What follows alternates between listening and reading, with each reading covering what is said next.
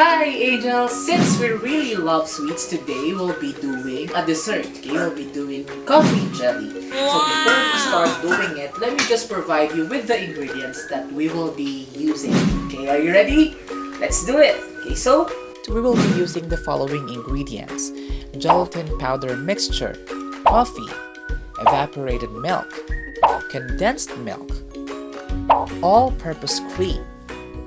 We'll also be using sugar and water. Those are the ingredients that we will be using. So let's start by creating or making the gelatin. Okay, since we don't know how to make the gelatin, okay, we're just gonna follow the instructions printed at the back of the pack of the jelly that we will be using. Okay, so we'll just have to mix all the solid ingredients first, okay? So I'll be using 2 jelly powder mix.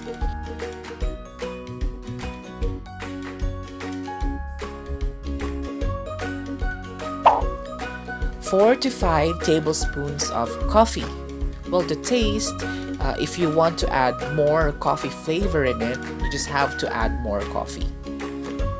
5 tablespoons of sugar. I'll be using brown sugar. You can also use white sugar if you want, and since we only have brown sugar available, then I'll be using that.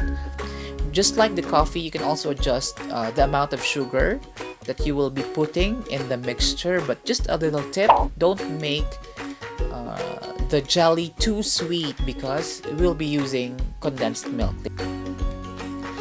Then dissolve the mixture with water. I'll be using hot water so it's easier for the mixture to be dissolved. Then you just have to stir it continuously until completely dissolved. Next is to pour the mixture into a casserole with tap water. You will be using 7 cups of water for 1 jelly powder mixture, and since I used 2, then it's twice the amount of water. Heat until near boil with continuous stirring to dissolve the mixture completely. Then afterwards, just have to remove it from heat and then pour it into a mold. So we're done transferring our gelatin mixture into these containers. So what will we do right now is to wait para mag-set yung ating gelatin para lumamig at tumigas yung gelatin natin. And then afterwards, we'll be mixing our liquid ingredients. While waiting, okay, let's watch our favorite anime first. Okay, what episode na? 37, 38. Basta yun. We'll be watching Fairy Tail first, okay?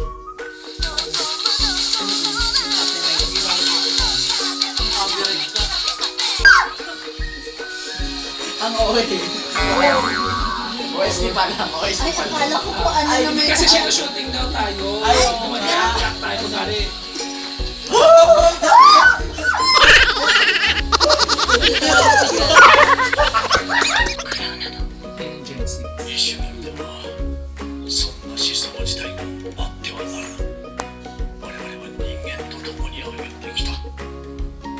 Angels, to check natin yung gelatin natin kung nag-set na. Nilagay natin siya sa refrigerator kanina para mas madali siyang lumamig. Check natin kung nag-set na. Siya. Check! The other one. Okay. Check natin kung nag-set na siya. Nag-set kaya siya. Let's see. Ano gagawin natin? Igalan natin. Oh! Magaling na natin yung juice. Wala ko siya ng juice dito. Okay. So here's John. Okay. Check natin kung nag-set yung... Bilis na! Oh!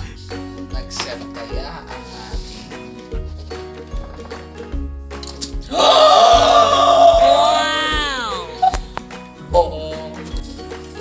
Urong. Hindi ba urong? Ang tataba. Huwag masyadong mataba. Yung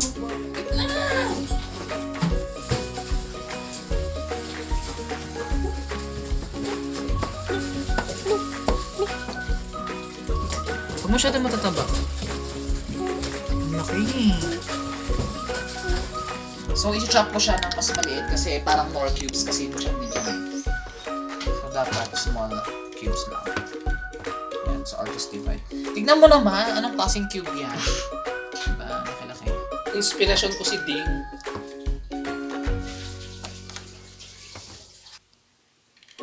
Since our jelly is fully set, we just have to cut it into small cubes.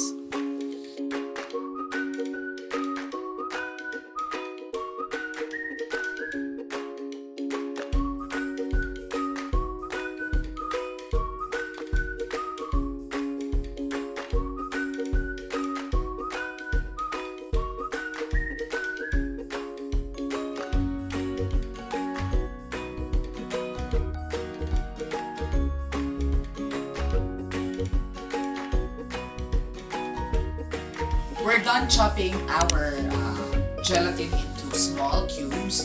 Now, what we will do is, we will be combining all the liquid ingredients that we have earlier. So we have your condensed milk, your evaporated milk, and the all-purpose cream. Let's do it!